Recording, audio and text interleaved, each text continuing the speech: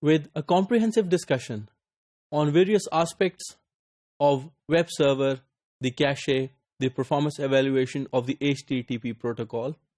Now we move on with the next most important protocol used for file transfer, called the FTP.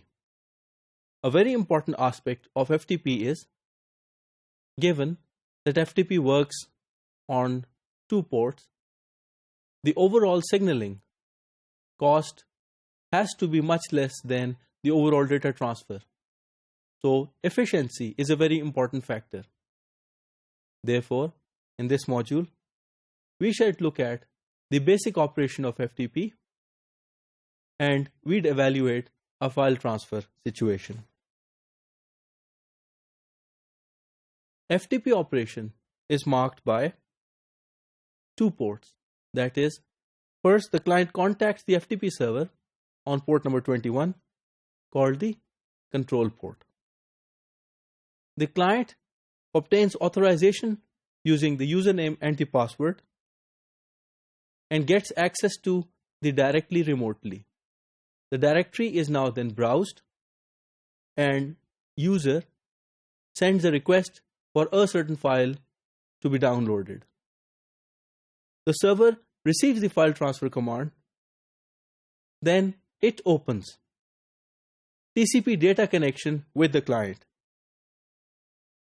After establishing the TCP connection, file transfer starts from server to the client. After the successful download, the connection is gracefully terminated. The 2 visualizations here show us the role of control connection and data connection. And on the other message flow diagram, you see that a lot of signaling is taking place in order to realize the transfer of the file. In order to understand the efficiency of FTP, we have to quantify it in terms of computational load. For that, a simple mathematical expression gives us an insight into how many instructions are required for the transfer of each megabyte worth of data. You see here that there are various factors in the numerator, which include the total CPU seconds for the entire duration of file transfer, represented by T CPU. The I CPU shows the time in which the machine or the server is idle. This is also called the stall time, because when the packets are being sent from the server to the client, so there is an inter-packet delay. Then we have MIPS, the millions of instructions per second. This actually determines the performance of the machine.